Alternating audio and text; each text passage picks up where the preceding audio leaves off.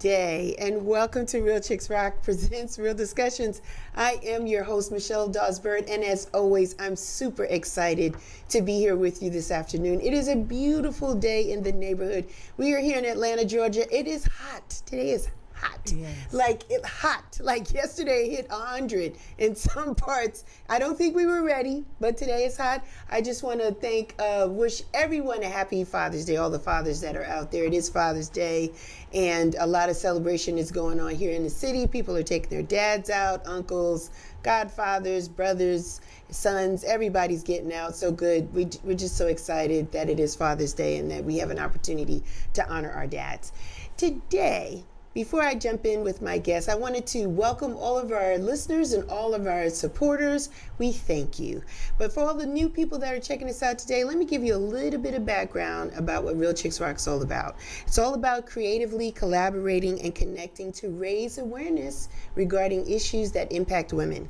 And we do it by way of community service, mentoring, workshops, and this podcast. We've been doing this podcast since April of 2016. And we have had the opportunity to talk to very influential, some subject matter experts, a few entertainers. We've had our gamut of people to have conversations with today on this platform, and today is no different. I want to talk about today's topic, Girls Who Brunch. And my guest today is Dr. Nicola Mitchell. Hi, Doctor. Peace, Queen. How are you? I'm good. How are you? I am good. So happy to be here. Yeah, I'm glad to have you. Your pictures are beautiful, but you're pretty in person as well. Oh, thank you, Queen. Yes. Thank you. My person that pulled the little flyer together said, "Oh, these pictures are pretty. I don't know which one to choose." So that was like, yeah, that's a win. We like that. And then to see you in person, it makes it even more special. Thank you, Queen. So thank you so much for your time, because I know you're a very busy person. Sure. Yeah. Let's get right into it. I heard in the green room, really the blue room, I heard an accent. Would that be Jamaican, Caribbean? I am Jamaican. What say you? Yeah. I was born in Guys Hill, but I grew up in Kingston. Of course you did. Where? Trees Avenue? Out Sigourney Halfway Drive. Tree? Oh. Sigourney Drive, yeah. Yeah, so how was Jamaica for you? Were you there as a kid? Like, how was it for you? I came to the States when I was 9. Okay. So, I wasn't there too long, but I do remember Jamaica, and then I go back a lot. Yeah, you do. How's the island been treating you when you go back? Oh, so it's like I'm like a celebrity right now because I have a movie about my life on Lifetime. Yes. And Jamaicans.com did this big thing on me. And then I just got the Caribbean Posh Community Impact nomination. So I actually have some like media stuff in Jamaica this week coming up. You're like on a big board out in Jamaica. Yeah. Like there's Digicel, and then is there a board of you? There's Jamaica National. Is there a board of you? Well, you know what? I don't know. I gotta ask my nephew now. You have to ask him. You look and see if there's a board of me. Yeah, when you're big time, you have a board, man. Just driving around like Ochi and see you somewhere in Montego Bay or somewhere, just at least in Kingston. You from Jamaica too? My mother's Jamaican. Oh, pretty my mother. dope. So we are my sister and I are first born generation here. So my mother, my grandmother, everything on my mom's side is Jamaican. If not Jamaican, some of them migrated to London and then some went to Canada. So I know a little bit about, Jamaica just growing up. Flying back when I went, it was Air Jamaica. Yes, it's still Air Jamaica now. Is it still? It's still Air Jamaica. Really? Flying directly into Kingston? Good for them. Because there was a time you couldn't really get a flight. You had to go into Mobay, and the natives were like, well, how can we get home? We can't get home. Right, yeah. Air Jamaica's still going strong. Good for them. Yes. Good for them. So when you were a kid there in Jamaica, just typical having fun in the ocean, just eating home cooked food. How was it for you there? So still ate home cooked food in America. Yeah. I didn't eat American food till I was like maybe 15, 16. Wow, the first time I was exposed to it. Good for you. But it was just quiet. We were we were there with a maid. My mother came to America after she had me. So I just seen a picture of her holding me for the first time. My grandmother died last year. I'm sorry. Thank you for that. And I seen a picture. That was my first time. So I was a couple of months. So the way the story was always told, like she had me and left, but she was still there. Like I was a couple of months old. I got you. So what led you guys, your family, to leave Jamaica to come to the States? Just like everybody else, my mother came. She has a lot of children, and she wanted a better life, so she came first. Her and my father came first. Yes. And we were there for several years, and then I came to America, and it was just like meeting a whole new person. Yeah. And it was a different environment. Totally different from what I was used to. And so I was super quiet and bullied a lot when I came to the States. I was going to ask you that. Were you bullied? Yeah, so I practiced not to sound Jamaican. And so I really do not have an accent unless a certain Only word. when you're comfortable. Well, certain words, though, still, yeah. But when I'm comfortable, I can shout. I can Yes, man. Yes. Let it flow. I'm just sorry about the bullying. Was it because of the accent at the time? It was because of the accent when I first came.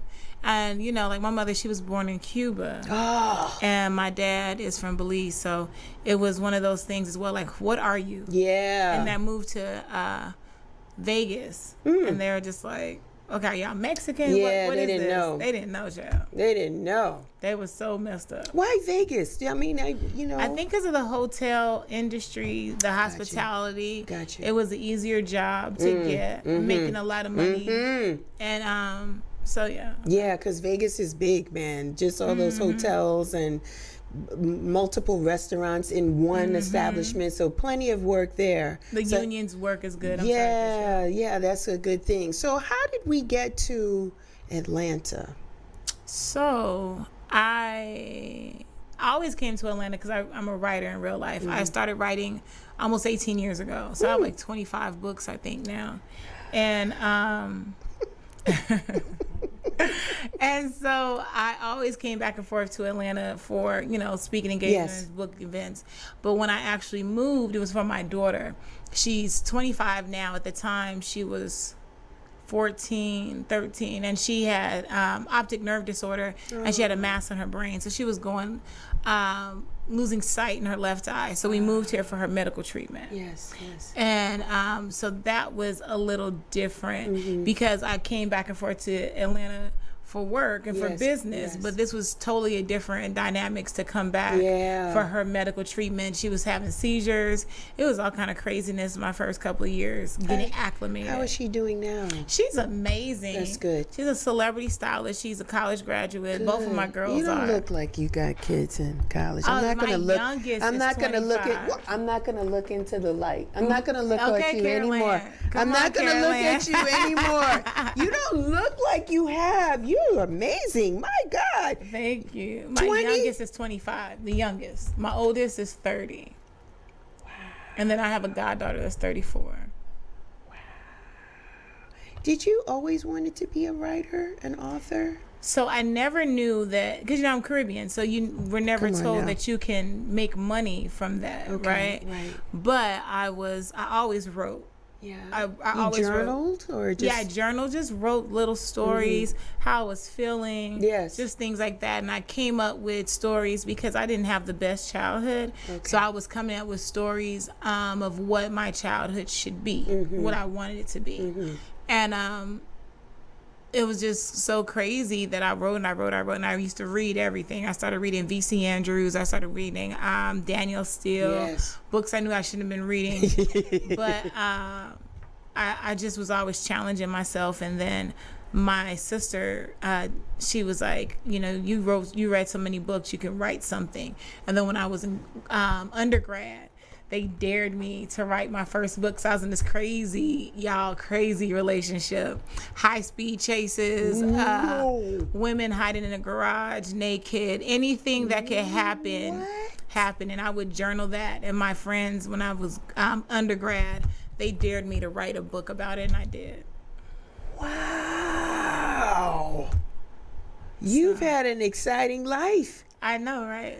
It's a movie. Oh my God! My God! Naked women, heist chases. Girl, I just can't wanna even ask this now. Like, what did he say to you about me that had you out there? Oh. Honey, if you see this interview, what did he tell you? Oh my God! This is incredible. Yeah.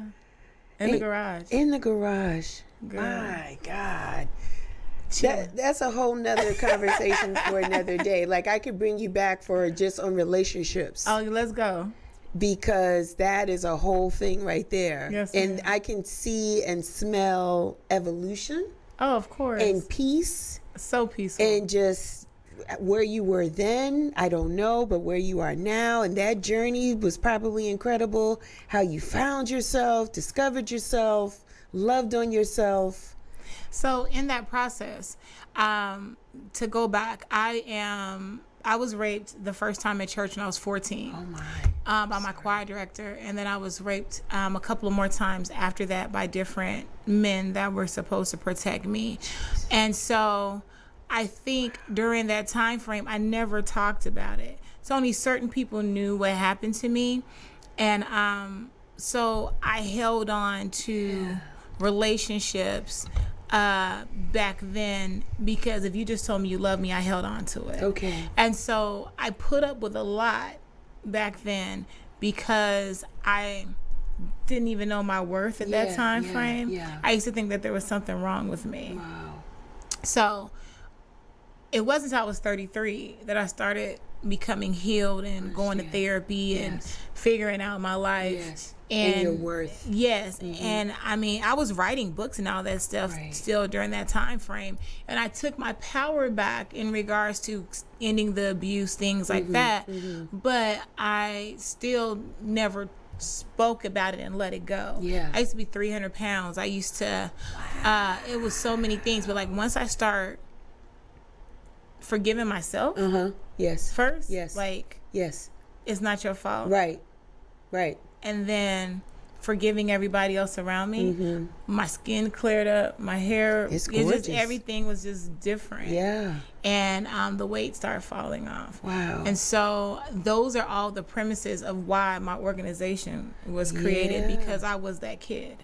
And I grew into a person that was holding on to all that trauma. So I figure if I can get these girls while they're in that space of trauma, being in a traumatic experience or not, if we can get them in that impressionable state and teach them how to break their generational curses, then they don't have to grow into women like I was. What's the age group for the 9 through 17. Why those age? Why that range? Because it's very impressionable. They're willing to accept and listen. I think when they're a little older, when we become women, I don't really care for doing a women's who brunch, even though I am, because I have so many women now who are begging me to do it. Yeah. It's because women are stuck in their ways.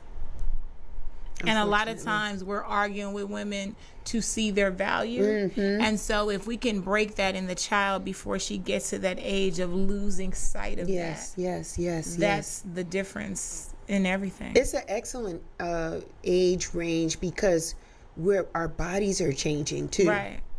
And we have questions just on that alone. Like, why am I feeling this way about my body? What are these changes that are going on? We have to work through the embarrassment of what is already a natural thing, but when we're young, we don't think it's natural. Exactly. And so then there could be people in our ear, and then a trust system, and what's our safe space? So I'm assuming Girls Who Brunch, this organization, teaches girls, young ladies, how to identify their safe spaces, right? Ma'am. And how to love themselves. What does love look like, right? Because oftentimes we don't know. Right. Definitely in the Black community, Black and brown girls, sometimes the critique comes from within our own home, right? Oftentimes, for those that are watching, I'm a darker skinned person, so sometimes I'm not as pretty as ... My hair is kinky, ... So sometimes you get that type of sound, those sound bites within your own home.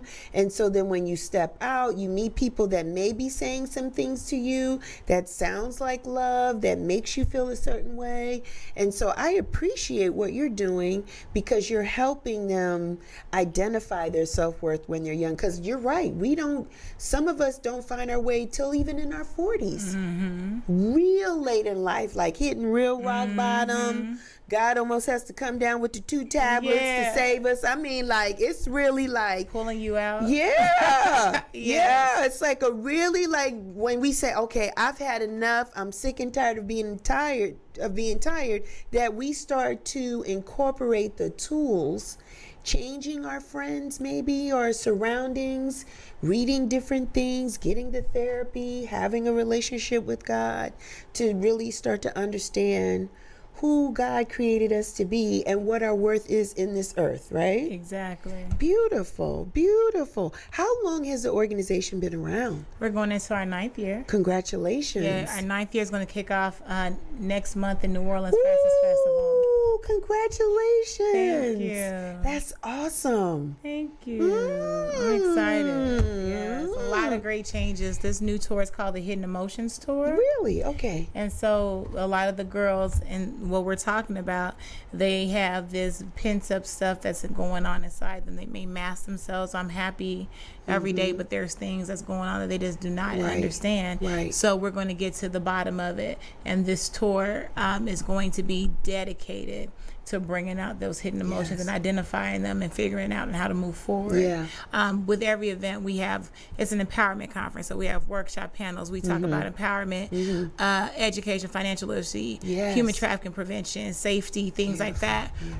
STEM, just all these different things. But that's going to be one of the main focuses.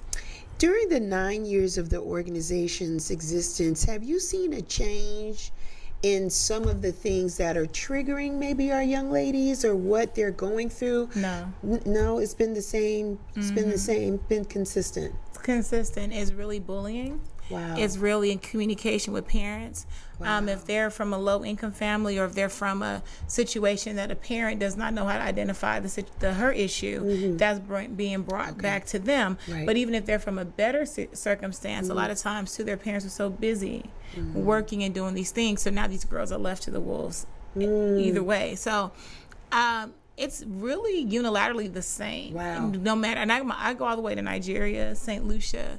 We're in 28 cities. I've serviced over 42,000 girls. And so it's all similar. Wow. It's the same story. I even have now girls in Pakistan and Ukraine and things like that are reaching out, and it's the same dynamic. Same thing. Is it a specific genre of girls, or is the organization open to any young lady, or do you service brown and I'm open to every young lady. So depending on what city I'm in, you may see a more Caucasian girls there, right? But I got you. I'm a black woman, so I'm gonna service black girls I understand. first. And so I have a movement called Protect Black Girls. Like, I'm gonna protect all girls, but I'm gonna protect black first because I'm a black woman. Man, how do you balance it all, doctor? How do you do it? Time management. I live off of a calendar. And a schedule. So because I have Girls Who Brunch, I have my brand, I have my clients. So there's sometimes my phone is just on do not disturb, and I'm working on this right now. Yes. Then I'm working on this. Okay. And then I really had to gain a discipline for that, and also relying on a team and training my team to help me, not just to say I have a team around me. Right. Shouts out to your team. Yes, ma'am. Always. Because you're glowing. Always. And you made time for this to happen today. So the time management piece is important. That helps you balance everything out. I get it. How did you get to that, right? Was that initially the thing for you, doctor? Like, you was like, listen, I know I can't do it all. Or were you at a point that you couldn't really use, like, I gotta do something different in order to touch all of these organizations? I'm sorry, all of the work that I have to do. Child. So Girls Who Brunch was only supposed to be like a 2-city event added to my regular tour. So I was on a big, already big book tour. Okay. Right. And so My book tour would be like 50 cities.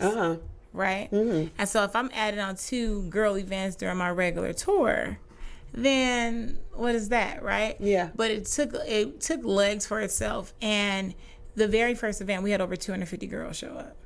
And so I was having all these people asking me to come to their city, come to their city, come to the city. So it kind of took over my life. And that was stressful for me because I didn't know what to do in that avenue. I was trying the whole time. It was like throwing a ball against the wall and see what stuck. And I had my family and friends that were with me in the beginning that were trying to help me. But then after year 1, 2, they had their own lives. The financial component for Girls Who Brunch is a nonprofit, and then I was spending more of my money, so that I'm not paying anybody to come. So there's relationships, sicknesses, things were happening. So I was forced to figure out a way to bring in people in these different cities. I already had teams in the cities, but to leverage more and lean on those teams more, and also learn how to bring in people that are brand new, that are like volunteers. Yeah, excited. In a community that wants to help. Right. So I had to figure out how to create a program, create a training tool, and then implement that every city. One thing I didn't ask you was, what was your major in college? Child, so was it a little bit of everything, Jamaican lady? Come business. So my degrees are in business. She said degrees. Business, healthcare management, and I used to think I was going to be a CEO of a hospital. Okay. Yeah, that was what was your plans, but God said something different. Girl, but business. And when you say you have clients, is it the coaching space? What type of clients do you have? Coaching how to publish, coaching how to do startups, coaching how to leverage your nonprofit and your business. Yeah. Everything. What don't you do, Doctor? Girl, I don't do it. And you enjoy it all. I do. Yes. I do. I love my life. Yeah. That's beautiful. Say that again. I love my life. I wouldn't change anything. Some days I say, I'm going to quit so I can have like a traditional relationship. Right. So I can do, whatever.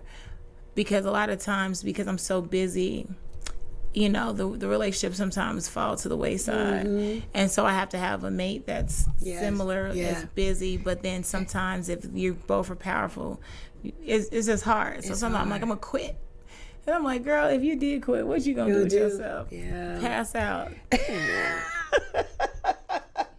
So quitting has not been an option. You thought about it, but I've thought about it many times. I'll let you know when I go live on Instagram and tell about I'm gonna quit. Yeah.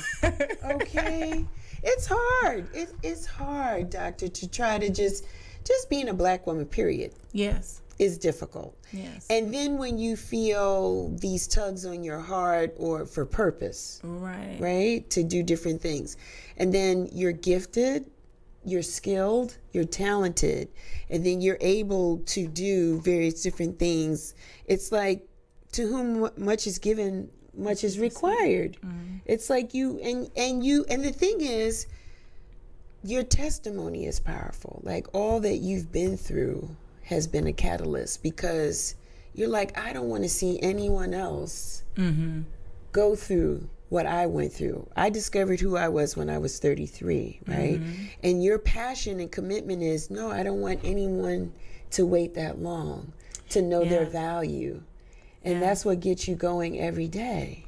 Because you know what was crazy? Life is so short. Yes, it is. I was diagnosed with uterine cervical cancer when I was 38, going into my 39th year. And I remember that I was like, oh my God, I'm just getting started, right? And so that really is what put me into overdrive. Okay. And it was like, okay, you really have to hit everything. Whatever you want to do, you need to do it. You want to go on a trip, go on that trip. Whatever it is that you want to do, you need to do it. Yes. Because I was like, if I'm going to go out with a bang. I heard that. But it was so many obstacles, right? And I just kept saying, God, like, I'm following your steps, and he's making it easier, right? But then all these things kept coming, and it still comes. And I'm like, instead of like saying, why me? I'm more like, why not me? Why not you? Because I feel like I'm an easier person to receive the message from. Because this is my tone all the time. I can tell. If we're arguing or whatever, you're going to be mad because this is how I'm going to argue back with you. I can tell. And so, but you're going to receive the information. So I think that's why sometimes. Yeah. You're easy to digest. Thank you. Yeah, when you have a message, I can see 250 people wanting, even more than that, but just I can see people hanging on to your words. There's a genuineness about you and a trust. Thank you. That people can receive. And again, the times are different for us as Black women, right? Because we are doing more. Right. Versus, I look at my mom and just a few generations back, 9-to-5ers. You could set your watch by them. Came home, you had dinner with your mom every day. There was routine, consistency and routine. Mothers today are working for corporate, working an entrepreneur thing on the side, trying to provide more for their children, trying to speak more affirmations and informations into their kids more, having a Black president and seeing his powerful wife is like, okay, anything that you want to do, I support you. Like there's a support system that I see. Right. Black and brown women putting into their children, breaking the cycle. That's a whole nother thing too. Making sure that even the tone and the things that you say or speak on or into your kids is a different flavor than what you might have received. So it's a lot of different things that are going on. And we are so busy and consumed, it's very difficult to just even breathe some days. Yes, ma'am. It is hard to just breathe or to stay encouraged and to find a partner. Right. Hats off to you to find a partner. Where'd you find the partner at? Where do you go and meet someone that is eligible for your stamina and who you are? Well, in this moment, I am single. Okay, at the moment, it'll change tomorrow. But I do meet men, and I do meet nice quality men, but I think it's in the places that I'm at. Okay. So I get men that are established and do things.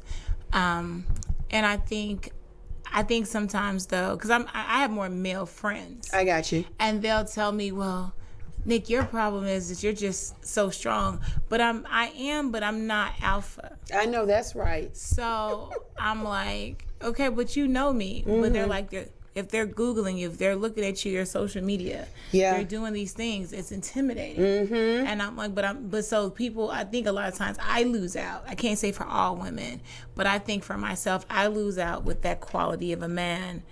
Not saying the quality, but the pursuing me, because they already have this perception of who I am before they even get to know me. That's most of us, but I looked at you. You sent your. There is not an award that you have not gotten. I mean, the Caribbean Posh Icon Awards, Senate recognitions of the state of Texas. International Woman Award, Black Authors Festival, SAG Island honoree, Proclamation Days from multiple cities, I think. People's Uprising Woman of the Year. That it's not that many years. You won everything. Like, how do you do it all, Doctor? How do you do it? I just serve. I put my head down and I serve. So, and I just answer. And when somebody asks me to do something, like I was asked to come here today, I don't say no. And so you just never know, like, who's speaking your name in rooms when you're not there. Like, we're going to be at Essence, and I just found out that I'm getting the Women in Blanc award, Community Impact Award. Wow. And it's like me with Don Staley. Yeah. Jaretta, Usher's mom. Yes. And even BT. And like, this is the honoree list. And they included me. I was like, okay, God, yes. the Caribbean Posh thing. I was like, okay, God, thank you. I'm gonna touch. This is awesome, girl. I just yes, it's so crazy. I have Nicola Mitchell days in different cities. I have 3 doctorates now. Just God is keep giving, and I'm not seeking it. There are some people that are out here seeking attention, seeking the awards, paying for things so they can have their names, but I just work. Just keep my head down and work. My mouth is open. They can't see it. I'm looking at you like in awe. Cause I can't, I thought I was busy. You got it hands down. And I'm just looking at you in admiration because you do a lot. Yeah. And you make it seem easy. I know. You make it seem easy. I know. Like effortless. This Pray is not. for me. Let me work on that, God. Let me let the people know I'm struggling, God. No. This is, I think the key thing is just serving. Yeah, that's it. You know, and sometimes I personally lose sight of that. I get tired. Sometimes I'm just like, I'm tired. I'll say even to my producer, Joe, shouts out to Joe, I'm like, what am I doing? And you get tired, but then somebody will say, your conversation, your interview the other day was inspirational. I like what you're doing with the brand. I always appreciate what you're doing. Keep up the good work. And then that's the fuel that keeps me going. So I'm going to tell you this. Every time I get some of the biggest accomplishments and awards is when I want to throw in the towel. And when somebody is telling me just stop, just start, it's okay. Wow. And I just keep going. I had cancer. I had stage 2 and stage 3 uterine cervical cancer. And I was just tired. My family, like I told you, fell off. They weren't there. Yeah. I'm trying to figure this out. I was on radiation. And L'Oreal Paris, I got the Woman of Worth Award from them. So that kind of changed the trajectory of our brand. Mm-hmm. Then I got... then Lifetime found me on social media from a Reader's Digest article. And they asked me, can they make a movie about my life? And again, at that time frame, I was just tired again. I'm like, God, okay, we done doubled and tripled numbers, but the funding isn't there. What do I need to do? And so I think every time, and I'm telling you this, every time you get tired, there's going to be something that comes that's going to be a reminder of why this is important and you need to keep going. And that's just what I live by. Awesome. Thank you for the reminder. You have a lot of, I assume your team is pretty big, or at least they're phenomenal. Let's say that. It's a huge team. There's a team in every city. How many cities do you have? 28. Where are you going for one in each? You got one in each state? You're going to? Some months I have 2, some months I have 3. There's some months, September I think I have 4, one every weekend. What's the requirements for someone to be a part of your team? To help run a city? Yes. Oh, they're usually like nonprofit leaders with their own organizations and stuff, and they just help plan. So like if you were there, you would probably can get speakers. Like one person is just dedicated to getting speakers. One person dedicated volunteers. One person dedicated for food. Gotcha. And then they all come together and we're Girls Who Brunch that day. Their nonprofits are there, but it's an experience. I call our event a high-end field trip. Gotcha. Because we're coming in and we bringing in all these different organizations, all these different girls. So now if you're an organization leader, I done gave you all the kids to pick from. If you don't get no girls after you leave here, that's your bad. Because we have 250 to 500 girls. My biggest one was 560. Yeah, it's a lot of girls. And that's just a regular tour. My biggest one at a master class was 1,000 girls. Yes. So, it's just in one day. So if you don't pull from that, sis, then I gave you the babies. Yeah, then that's on you. That's on you. So the nonprofit leaders that I have, they see how hard I work too, and they see that it's reciprocity. It's not just we're growing Girls Who Brunch. We're growing your organization as well. Right. Are you thinking of doing more master classes? Is it like one a year typically that you do, or how often do you do them? So I do the tours once annually. Okay. But the master classes, they are, some cities are every quarter. Okay. And then I have a beautiful partnership with Microsoft. Shout out to Microsoft. Yay! We've been doing the sports and STEM master classes. So we just had one in Atlanta. We're doing Essence. We did it for Super Bowl. And they have a beautiful headquarters. I mean, a nice locations here in Atlanta. We can't use it. We have too many girls. We have too many girls. We would have to limit that to 100 girls. Oh my gosh! And did they find you this like funny story? Yes, tell me. Where's the camera? Always speak to people and be kind. And just be approachable.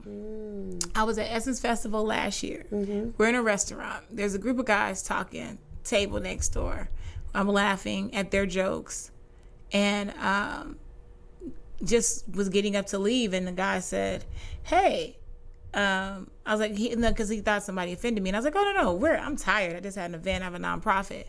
And he's the guy that runs black nonprofits for Microsoft. Wow. And so we curated that relationship for like maybe 6 months. He didn't even realize who I was, really. We've spoken on the phone, but he was always so busy. And it wasn't until one day he said he was watching TV and he seen, on Lifetime, it had like in the corner. Coming up the Nicola Mitchell story. Yes. And he was like, I've never seen anybody's name spelt like this. Is that you? It's really nice, Keith. And I was like, yeah, that's me. Wow. So we really jumped on. Still not with him. I went through his gatekeepers, talked to different people, and they said they love me, and we're here. Wow. We're about to do event 3. Amazing. And you were busy today. Yes. So. Speaking to the mic, doctor, why were you busy today? What were you doing today? I'm not even going to look at you because your light is too bright. You're shining too brightly.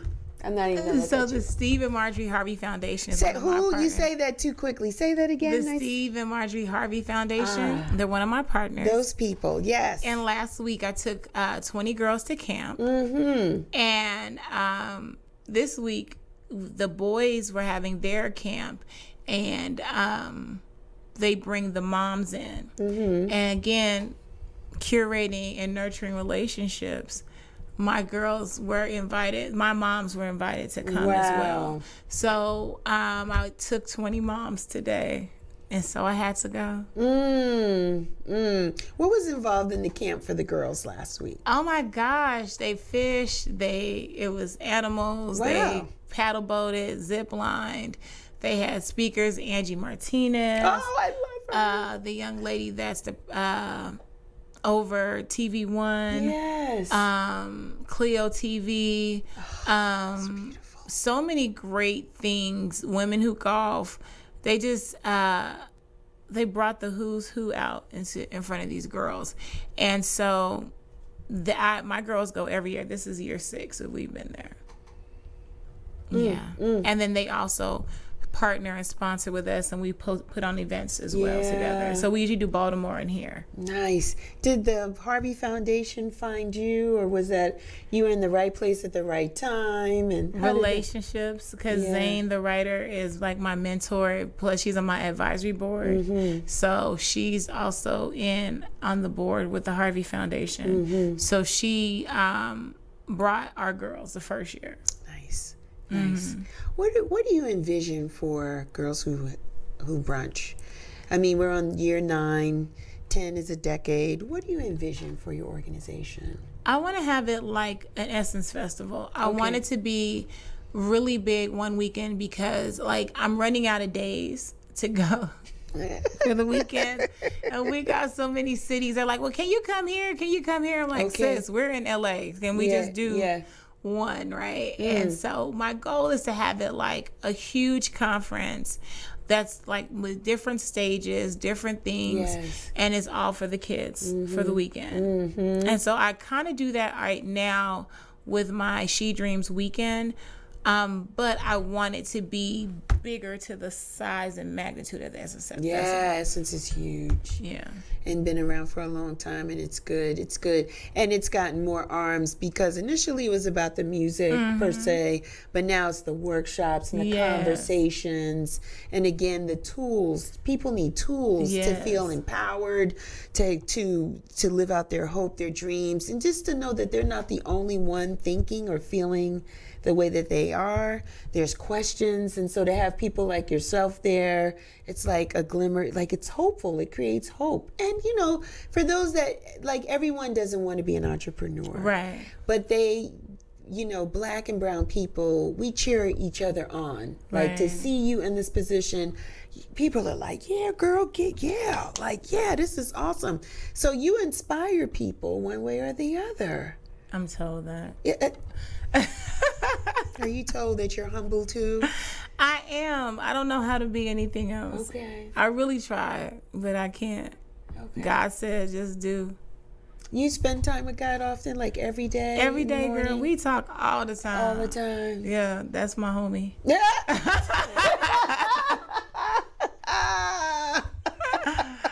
She said that's my homie. He is. When's your projection to do this Essence type festival for Girls Who Brunch? Is that within the next 2 years? When do you see it? I'm thinking I could see it completed by year 15. Okay. It may be before that. I think before then. But I can see it completed by year 15 to be the funding and everything that I want it to be. You have a city in mind where you would want to do it? It would be here. Because I already have the weekend here. So I have a celebrity basketball game. I have the conference. I have a tutus and tennis shoes gala for the girls. I now just added on the She Dreams Presidential Lifetime Achievement Awards. Yeah. So I just needed to get bigger. And what weekend is that? Memorial Day weekend. I like it. Thank you, girl. Like it. Thank you, just girl. speak it into existence, man. Continue to manifest that. It'll happen. I don't think it's year 15. I think it's year like 11.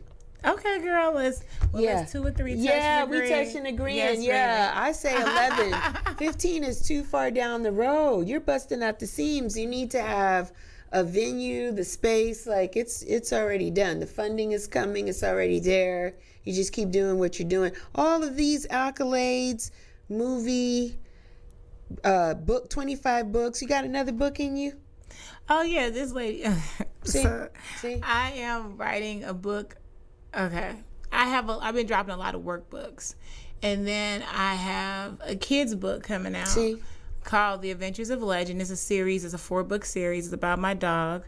He grew up on a college campus at Savannah State, so he does not understand that he's a real dog. So in the book, he's trying to get back to Savannah State University. He thinks he's a person? Girl, yes. He is a 65-pound pit. She's writing a book about a dog. It's completed.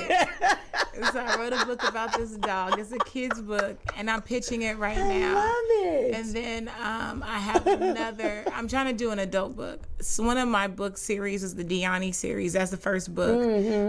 There's a 4 or 5 book series in that. The model on the first book cover challenged me to do a Deani book, present day Deani. So I was like, where would she be? I've been thinking about that. Yeah. That challenge is just on Thursday. See. So we'll see. Now, I asked about where do you see your foundation? Where do you see you? I just want to be a filmmaker, like full time. All right. Chilling. Okay. That's it. I don't think you'll be chilling, but you're gonna be working. Yeah, I mean, but that's not work to me. Like I was executive producer of my movie, and just being on set that all those hours is not work. It's not work. To me. It felt amazing, huh? Yeah. To see your story unfold. So it's not my complete story. It's about the nonprofit. So the movie was supposed to be called Girls Who Brunch. But that was just an idea that I had. Yeah. And like this was $1 million budget. So to real movie people, that's a small budget. But it was like, to me, that was like, it's not a Tubi movie, right? Right. And so to go to this city, I'm in Canada, and they have all these buses and shuttles and things that said Girls Who Brunch, all these restaurants and things, these locations with Girls Who Brunch. And it was like crazy, something that was an idea. That's beautiful. And I'm still alive to see it. See it, yes, that part. got your flowers now. It was crazy. I still can't believe. Man, that's a dream come true for most people. Yes, ma'am. That's awesome, though. And so to executive produce, man, that was a wonderful feeling. So now you want to do more production? We have another movie right now that we're in contracts with right now.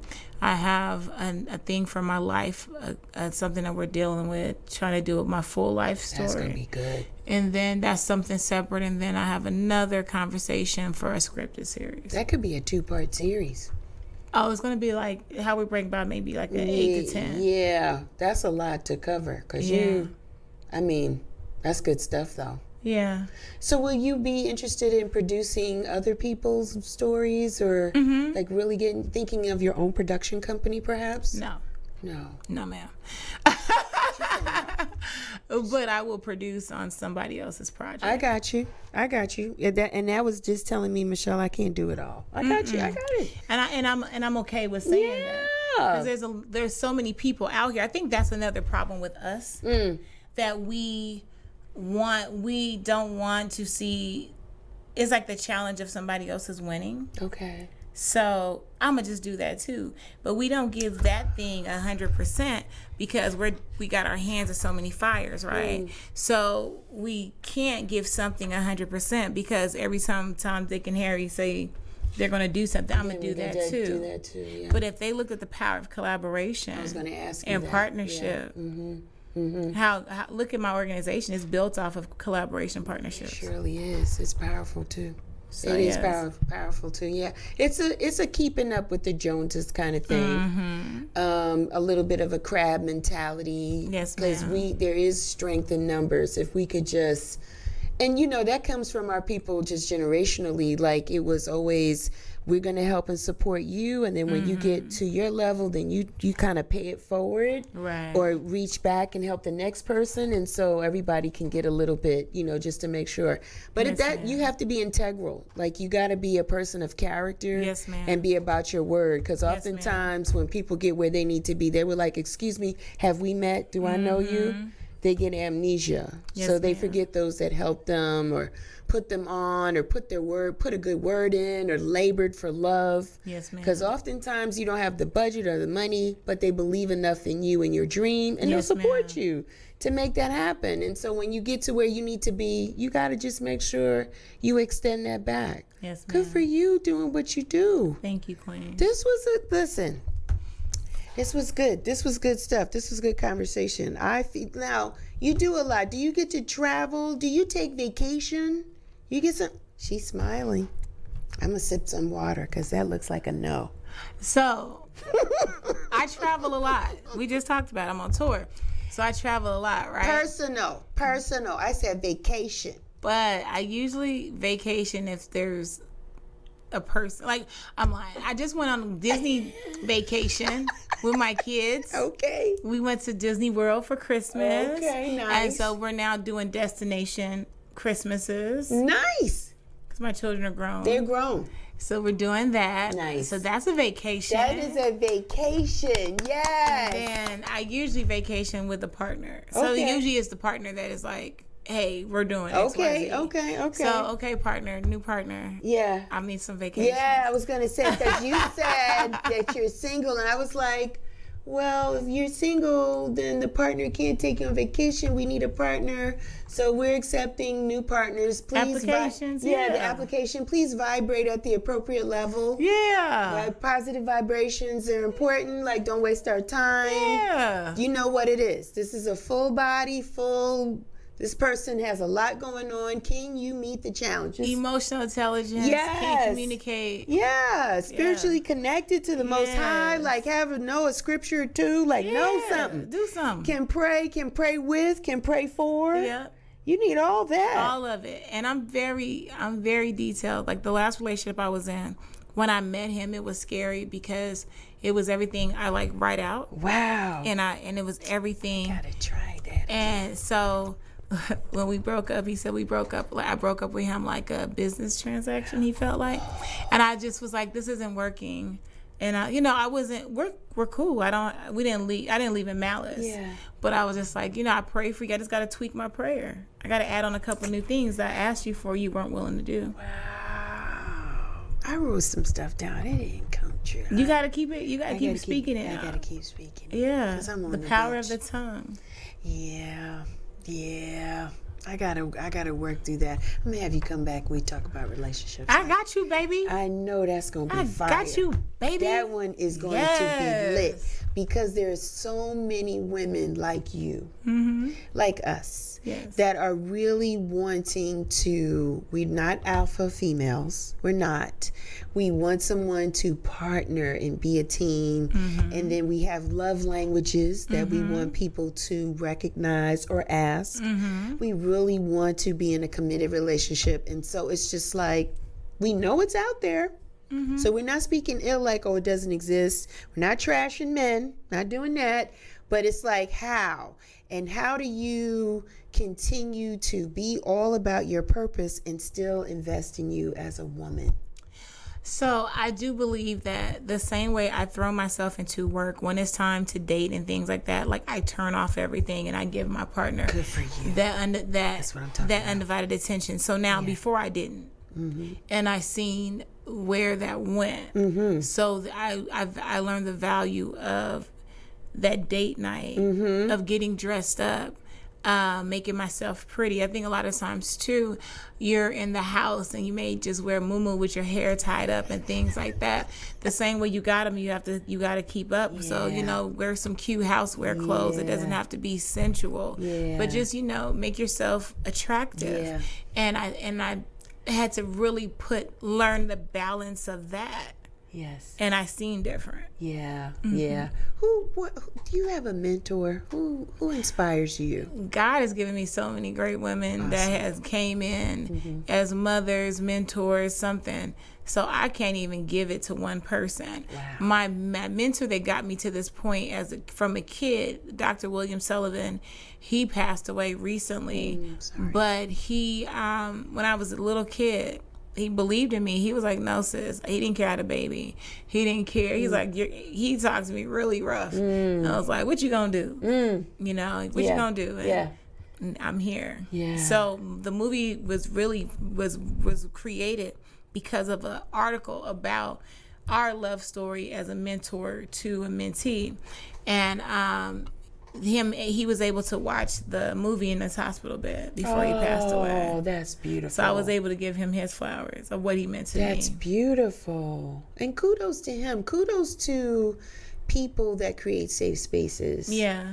And see things in us that we're not mature, we can't see for ourselves yet, and help you get that out. Yes, ma'am. Without you owe me or this, this territorial thing, because we're impressionable. We don't know. So that's a wonderful story to have that happen. That's good. That's amazing. That's amazing. You know what? You've been just delightful today. Have I been? Yes. Hey, girl. Yes. You gonna have me back? Yes, I'm gonna have you back. Because you're just awesome. And I just feel a lot of good things have come through you. A lot of good things are still yet to come. I'm honored that you took time to come and speak with me today, because your portfolio, your body of work, who you are is just amazing. And so to just spend some time with me this afternoon, I'm grateful. So thank you so much. I'm grateful that you have me. Yeah, I'm grateful for that. If you ever need me, let me know. I do. I need you all the time. We're going to talk about that once the cameras go off. We're going to talk about that. But how can the people find you? You can follow me on all social media networks as Dr. DrNicolam. That's Dr. Nicola M. Also, my website is IamNicola.com. Or you can follow my organization is Girls Who Brunch Tour.com. And on all social media networks is Girls, plural, Who Brunch Tour. We're kicking off this tour in New Orleans. We're in Indianapolis, Vegas, and just go on our website. You can register to be a volunteer, register to be a speaker.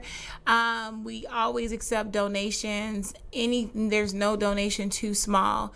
A ticket price for one girl is $25. So if you donate $25, you're going to allow a child to be able to come to one of our events for free. That's awesome. Yeah, I'm going to sponsor some seats. I'm going to donate because I want some girls to go and brunch and learn and be all those things.